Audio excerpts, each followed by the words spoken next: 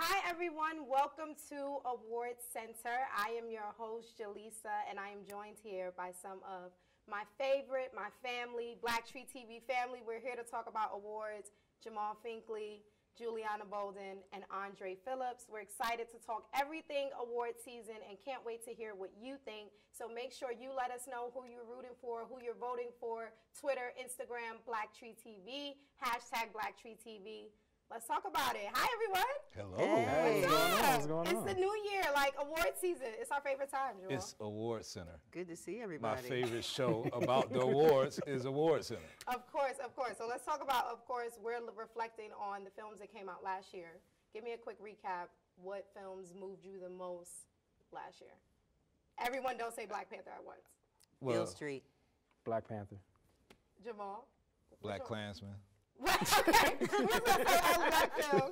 I'm going with... Blackity black. Yeah, I'm going black. with Black Panther, but I want to show love to Crazy Rich Asians because it was an amazing film, and A Quiet Place as well because I'm a horror and thriller fan. Yeah. Which leads us into, let's talk about Sag Awards are coming up. We'll be there. BlackTree TV will be there live on the red carpet. We'll be in the press room, so make sure you engage with us, talk to us. We'll be live tweeting, maybe even have another viral moment. You're hosting. You're going to give us a preview of what you're wearing? Oh, no previews. I'm switching it up, though. Okay. Doing a little switch up, so we'll see how y'all like that. I'll post some pictures. Y'all can stay tuned and check that out. But Sag Awards, maybe we'll have another Sterling K. Brown moment. I'm looking forward to it. I am expecting it. If you didn't know, last year we had a moment with Sterling K. Brown, which was amazing. We talked about the lack of diversity in the press room, and that really sparked the initiative and the changes that we saw last year from the initiatives with TIFF and Sundance, getting more diverse representation. BlackTree TV, we led that conversation. We initiated that conversation, and we're glad to see the trend going forward. Right. Let's talk about these nominations. What are we looking at? Are we talking about SAG or are we talking Let's talk about SAG. Let's get right into it. SAG Awards is coming up. We're excited. I mean, I hate to start with the negative. But you will.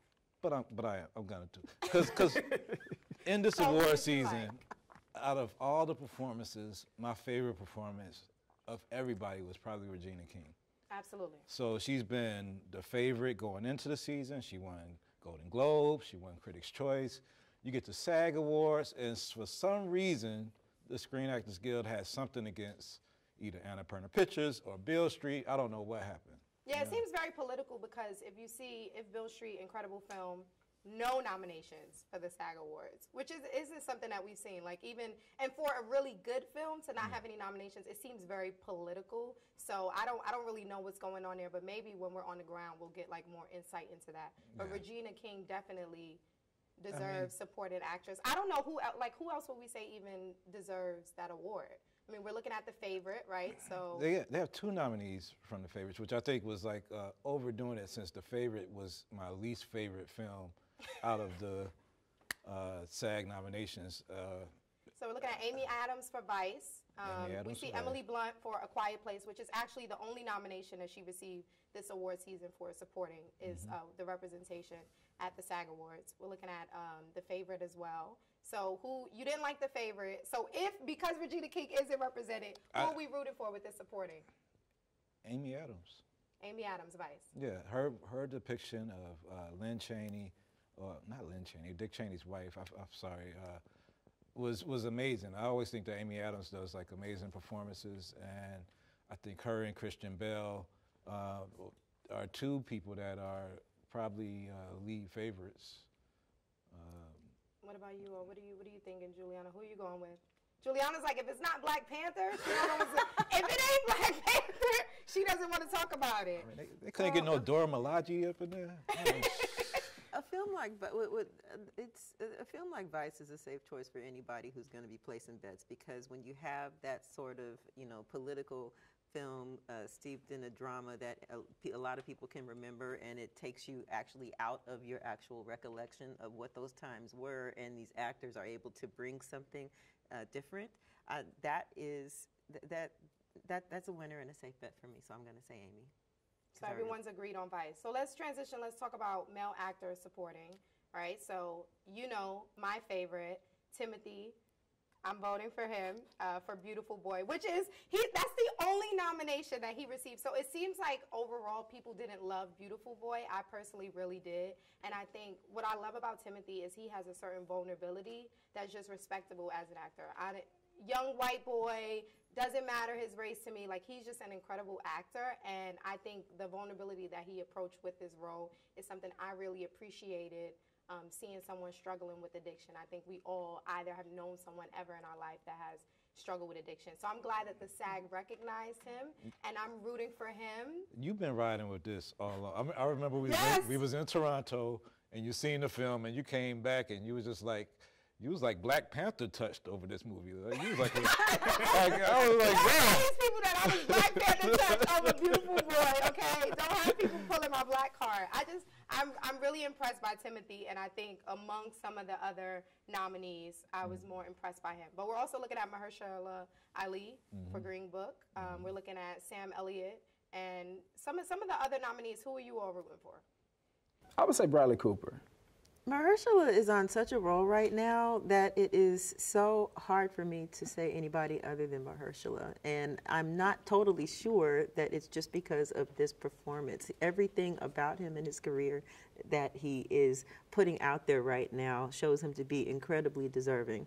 And just completely off topic, one of my favorite Mahershala moments still, Mahershala and Luke Cage and everything else he's done since, I'm rooting for Mahershala. He was incredible in Luke Cage, and we don't talk enough about that. Yeah. He was great in Luke Cage. But so with Green Book, He's right. and I want to know what you Luke all Cage think got too. canceled.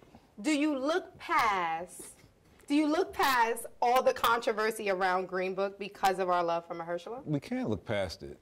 We can't look past the controversy because these voters are reading the same articles, they're seeing the same thing, and the controversy plays into how these votes go. We've seen last year in the Me Too movement how controversy just eliminated certain contenders that were going to have it, but it's like, oh, such and such happened, and now they weren't in the picture. Or if they was in the picture, they definitely weren't going to win. So you can't look past it, but I don't think the controversy is that big or abusive. It's really between the family and them, unless you're speaking about Viggo Mortensen and his use of language, but I think even that kind of flew over the window. It's not that big of a controversy, but I think it will play a little part into if they vote for a Green Book, but it seems like it's the favorite. Well, we've seen, speaking of controversy, we've seen some with Rami for Bohemian Rhapsody for some of the controversy around Queen, but he's nominated for male actor in a leading role. So we have Rami. We're also looking at Bradley Cooper, A Star is Born, which, Andre, you're a fan of, and then John David Washington for Black Klansman, which is some of the people we've been talking about off screen. So overall, I'm underwhelmed by male and female actor in leading roles this year, just overall, especially when you compare that to what we saw with Moonlight and La La Land and that year we had. So I just want to caveat that by saying that. But are you underwhelmed because of the choices? Are there some people that you thought got overlooked that should be in these categories? Are we talking snubs, or are we just talking the overall underwhelming film season? I think this year the supporting cast was way more compelling across each of the films than the actual leading role, which is why so many people are rooting for people like Regina King because of her performance. And even when we think about The Favorite, which I like The Favorite, I think Rachel Weisz, great performance, Emma Stone, great performance, and people really look at the leading lady would be Olivia Colman. So when we talk about just the leading roles, just overall they weren't as compelling for me. But so for male actor in a leading role, I don't have a pick. I don't have a pick. Oh, you got to come on. Because I'm really underwhelmed. I don't have a pick. Okay, if I had to, it would be Bradley. Okay. Okay, so let me ask you this: with John David Washington, what was it about his performance that just wasn't there for you? Yeah, I think his performance was just very neutral. I didn't feel. Did you go to Spelman? I went to Spelman, shout out to my house brother, on my HBCUs. But I think part of being a person of color, right, and talking about our voice and how important it is that we don't all share the same voice and we don't all share the same opinion. And I think stepping as a journalist and just being critical of a film when I'm watching it, it just didn't impact me in any way. He didn't move me. There was no emotion that I felt from his performance. It felt very humorous, you know, in a sense. Some of it was funny, but even with BlacKkKlansman, I was more impacted by the supporting cast in that role. Even, to be quite honest, the men who played the Klansmen were very kind of compelling to me in comparison to the leading role. But I know that Jamaal disagrees. So, wait, are you going with John David for male actor, leading role? Are you going with John? Yes. Okay, you're going with John. Who are you going with, Juliana? Bradley. Bradley. Ooh, I'm going with Bradley too. Okay, that's the controversy. Nobody going for Vigo, who's probably. No, Vigo's not nominated for a SAG leading award. So I guess they knew. We can talk about that when we talk about Academy Awards after this break. We'll get into those nominations. So for male actors, who we're going for? Female actor, do we have anyone? I like Glenn Close. I think Glenn Close is probably one of the most compelling performances this year. I love Glenn Close. I've loved her since, what was it, Basic Instinct, Fatal Attraction? I forget what it was movies. You did not just juxtapose Basic Instincts and Fatal Attraction. I mean, He's like Fatal Instinct, Basic Attraction. Yeah, I'm sorry. It happens. It happens. It happens. But I think Glenn Close is. I think she's probably, you know. So we're not going to talk about Lady Gaga at all? We're just not going to bring it up? No, I think Lady Gaga is there to get the ratings. People want to see her on the carpet for all their award shows. They're like, we got to give. Like, let me see. Lady Gaga's performance was good. Okay. And it was just that, just good, just good. Pushing on, yeah. So when we're talking about cast of the motion picture SAG Awards, we're looking at A Star Is Born, Black Panther, BlacKkKlansman, Bohemian Rhapsody, and Crazy Rich Asians, which, again, Crazy Rich Asians' only kind of acknowledgement that it's received this award season has been by its fellow actors at the SAG Awards, which is nice to see. It's fair. Is it fair to say we just know Black Panther is going to sweep all the awards that it will be nominated for, or will we be disappointed? No, you can't say that. I'm not sure that it's disappointment, because at this juncture, it's a superhero film that has gotten more accolades than any other superhero film than in history. And reaching that threshold is something to be celebrated for itself. Now, maybe I'll have a different opinion after, like, you know, a couple of glasses of who knows what on that night. So, you know, run this back for me when I'm, like, you know, pitching a fit. When they get up there, is Chadwick going to do Wakanda Forever, or is he over it? Definitely. He has to. They have to be so over this. Wear tuxes What are we gonna do when they walk in the press room? Like, what should we do? Do we do Wakanda Forever? Like, you gotta do the shoulders too. Well, the thing is, I think we can do it. Just don't ask him to do it. Yeah. How over this are they? They have to be, but you have to do it just one time. If they get cast in a motion picture, when they walk in that press room, you can guarantee we'll have the footage to show for it. BlackTree TV, we're going to stand up and we're going to do the Wakanda Forever in solidarity with Black Panther. With or without shoulders, because I don't know if I don't like the shoulder movement, but it's just the best. I don't know about. I don't know if I remember them doing that. Clearly, we're rooting for Black Panther. I will say. Yeah, that was the thing. I just thought it was just, you know, one quick, you know, I kept it moving. No, you could do it one quick, but it's like moving it around. It was meditative. Meditative, my brother. There's a thing in this. I'm just going to keep it simple, you know. I'm just simple. There's a ritual. Well, whatever, either or, whether you're Wakanda Forever or you do the little movement, as long as you Black, we for it. You know what I mean? That's all we care about is that solidarity. But, of course, Black Panther, as Juliana mentioned, which is an important note, made history, superhero film. The nomination is received this year, and we're so excited to talk about the Academy Awards and all of the incredible nominations. So stay tuned right here, because we'll be back to talk about the Oscars. Welcome back to Awards Center. We are back. We're talking everything awards with BlackTree TV, the BlackTree TV family. I'm Jaleesa again. Glad you're still here. We're here. We're still talking about awards. We haven't Now we got the Super Bowl to talk about. The Super Bowl awards. The Oscar nominations. The Academy Awards were just announced this week on Tuesday. We're so excited to talk about them because we have a lot of representation. You know, African Americans, Black people were represented 10 out of the 24 categories, which is a really big deal for us. Are we moving in the right direction? Well, statistically, I believe this is the blackest Oscars ever, isn't it? It's tied. It's compared to I believe 2017, 2016 years, which I'm not mad at, right? So I guess that's an indicator that we still have a way to go. It's not the blackest yet, but are we excited from the nominations that we've seen? Do we feel we're properly represented? History's made with Black Panther. History's made for the first time seeing a black woman represented in production design categories. A lot of history being made. So are we moving in the right direction? Yeah, but no, I'm not gonna say that. I mean, because like we said, we have these waves. We had waves and even the 90s where we thought we were moving in the right direction, and it's like, oh, okay, well, we gave, now that y'all good, let's go back to, standard practice. So when we start seeing not just the awards, but we start seeing heads of studios showing diversity, we start seeing the employment at the studios showing the diversity, and then I feel like we have to stay in power. The press room. The press room will be represented. Because what's the blackest Oscar carpet? Like 3 outlets? Yeah.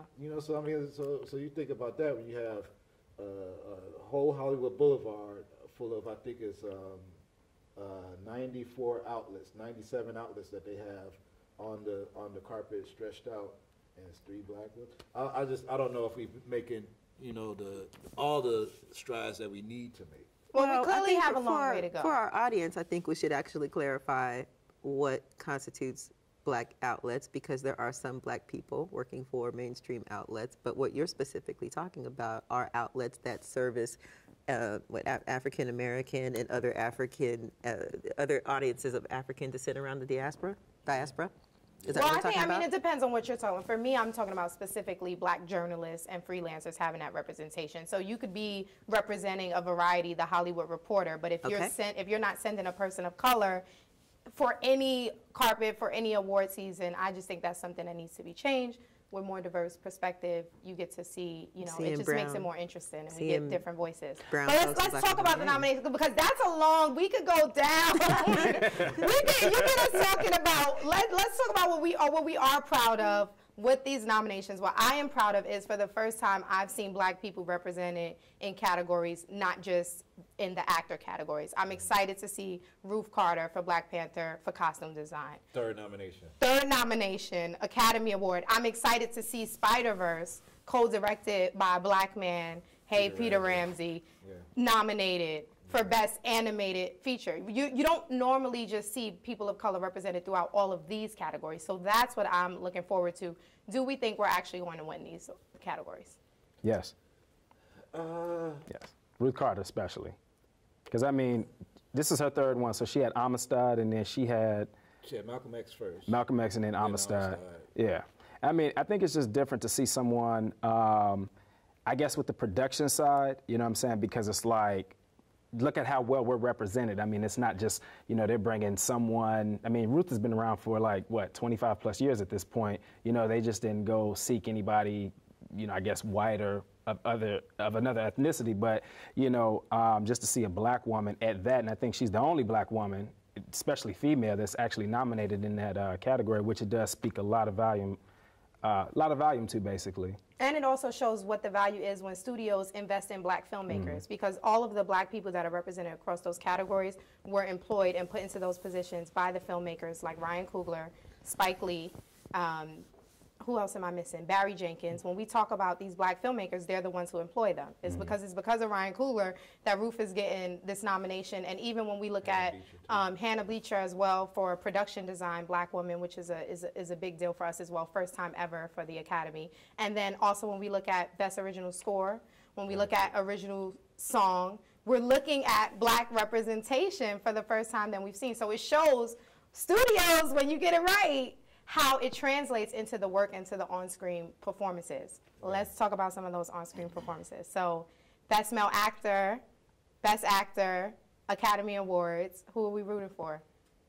That's a tough one, because I mean, how do you beat Christian Bale when he's online? And he seems like he's always steps up for these type of movies, and when he plays the role of Dick Cheney. He kills it. I mean, physically transforms. He's the clear winner. He's like, yeah. He's the clear winner. He's the but for me, Christian Bale is a clear winner for Vice. We actually had the chance to speak with Christian Bale for Mowgli, but we talked about his transformation in Vice. So if you haven't had a chance to check that out, please watch that. We had a great conversation with Christian Bale. He's the clear winner to me. I rooted for Bradley for Sag Awards, but for the Academy Awards, I'm going with Christian Bale. It's deeper than the physical transformation. I'm the sure that mental. the physical transformation provides a vehicle through, by which an actor can connect with a character, in this case, a real live person that we all know. And you feel just this essence that comes from Christian whenever he goes through these physical transformations. He really hits these emotional chords that I think nobody else can mess with. Absolutely. And I want to, before we transition to Best Female Actor, correct myself, because SAG Awards, I said Viggo wasn't nominated, but he was. So I think I was secretly hoping he wasn't. But he was, and I know y'all check me. Y'all will check me if y'all catch that. So Viggo is nominated, but we're not rooting for him. Even though he did have a good performance. In my opinion, I do think Viggo actually had a good performance in Green Book. I think he's a great actor. I just think with the controversy and with all the empowerment we have going on, I just think we can't empower him right now through Green Book. But, maybe in future roles we could do it. But well, I'd say that, it's all type of politics that plays into how these things get translated and voted on and everything. And part of the reason that Green Book isn't leading any ways for me is like they weren't very inclusive and their reach out for black media to cover Green Book, which it is what it is. That's it. That's all we have to say. We have to say about that. Yeah. We have to address. Come on, Spike Lee, first time. Yeah. First time, yeah. Spike Lee, who gave us Malcolm X, Do the Right Thing. Yeah.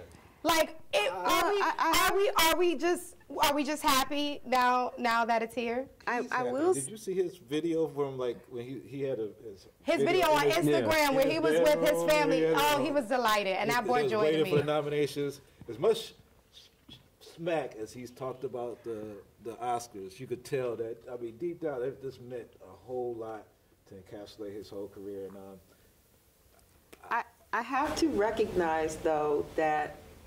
Yes, he's happy, and it's coming from that place that you're talking about. And just to underscore that, he had gotten some recognition from a governor's award, recall? Mm-hmm. And it just goes to show you that there's a place for the governor's award, but there's nothing like waking up Oscar morning and finding out that you've been nominated. Yes, and I think too, what this shows is the shift in. We saw the Academy announce a lot of the new members that it had inducted into the Academy, and Absolutely. We saw a lot of representation from black actors that we've known forever throughout our childhood that are now a part of the Academy, and I think that's reflected in the nominations that we see this year. It's no surprise that the Academy has decided to start that transition, and we're starting to see that reflected. Well, likewise, when you have these bodies, the Academy for Motion Pictures, the Emmys, the Recording Academy, people forget you have to have representation inside voting for these things in order to see the change that you want to see. And there are things that happen. There's rules that get changed by these, boards and such that can create complete shifts in who gets nominated, who wins. I'm thinking of there was a few years ago the Emmys had added some categories, changed some rules, and it opened up open up everything, but we saw Ryan Coogler did not get nominated for Best Director, so we need to address that. I think Ryan Coogler's, I'm gonna move closer because my mic is done. we can do. I think Ryan Coogler's nomination came at the expense of Spike Lee. Oh, so it can't be too black. Yeah, I think, because really, you got Barry Jenkins, you got Ryan Coogler. But Barry's not nominated for Best Director. I know, I'm saying they had room for one. It was Spike's turn. They gave him the governors. They passed on Spike through a lot of great films that he should have been nominated for. I'm not sure Black Klansman is his best film ever, and I don't know if, as much as I love Spike and as much as I'm Don't happy, say you're not sure. You know it's not his best film ever, but we're still rooting for Spike because we love him and we're proud to see this. But was his film better than Ryan Coogler? Did he do a better job than Ryan Coogler at Black Panther for Black Klansman, I don't know, but I think it's the politics of it that got him in that space, and then Aren't there some years where the Oscars just ends up giving recognition to someone who's got a body of work that's been overlooked, and then finally They do, but it's like, okay, so then you end up in a trend where you have to keep doing that, because Ryan Coogler absolutely deserves it for Black Panther. So now you don't give it to him this year. Like you keep that trend. When do we stop it and just give it to them the year that they deserve it and not make them wait? But I thought it was so interesting, like, just like what you said, like you can't have two Black directors, which I think you can have room for both. But I thought about Monique's speech in 2009 when she said, you know, that the Academy they separated the performance from the politics, and you truly saw true talent. Do I think Black Klansman? I mean, I'm a little iffy on it, but I mean, you know, come on now, Ryan Coogler, come on. So it's kind of like, I think that right there, they just, in that category, they didn't play fair. if we really have to pick somebody that maybe let's keep. What are you gonna say? Are we gonna talk about Steve McQueen? No representation from widows? Do we agree? Yes or no? Do we feel like widows was snubbed? I personally do not. Do we feel like widows was snubbed? No. Okay. I just want to make sure, you know, This is like the third installment, so like, no. Widows was an enjoyable film. I'll give it that. Award contender, not in my opinion. Let me tell you who's getting too much play for the. Oh gosh. Our favorite. You gonna talk about the favorite? No, I'm not gonna talk about the favorites. I'm gonna talk about Alfonso Cuarón. Woo! You're gonna talk about the first indigenous Mexican actress being nominated in history. Let's go there, Jamaal. Come on, let's go there. I'm gonna say that the movie deserved foreign film nomination. Okay. It may have deserved cinematographer. Okay. But if you've looked at Roma, which I've seen on the big screen and I saw it on my Netflix iPad, it's kind of drawn out and boring. Like, this pace of it is not something that I would say deserves a best director for. Well, it's definitely not easy to watch. It's an interesting film. It's not easy to watch. I think what happens with films like Roma, which it is a great film. If you haven't seen Roma, like, we do recommend you go and watch it. I think it's a great film. Jamaal think it's a good film. What I will say is, I think this is what happens when you have such a lack of representation. When people finally see something that's of quality, and it gets to the mainstream and it gets to the masses, people want to root for it because they're the underdog. And I think that's what we see. So what about Crazy Rich Asians? That's a rom-com. Right. And rom-com normally is not represented in award season, right? But we'll see. We have to. So Andre, actually, he has to leave us because, of course, we have so many fun screenings. It's award season, so much going on. So we're going to let him leave us, and we'll catch up with him to talk about the Sag Awards and the Academy Awards after, to see who wins. And we're going to stay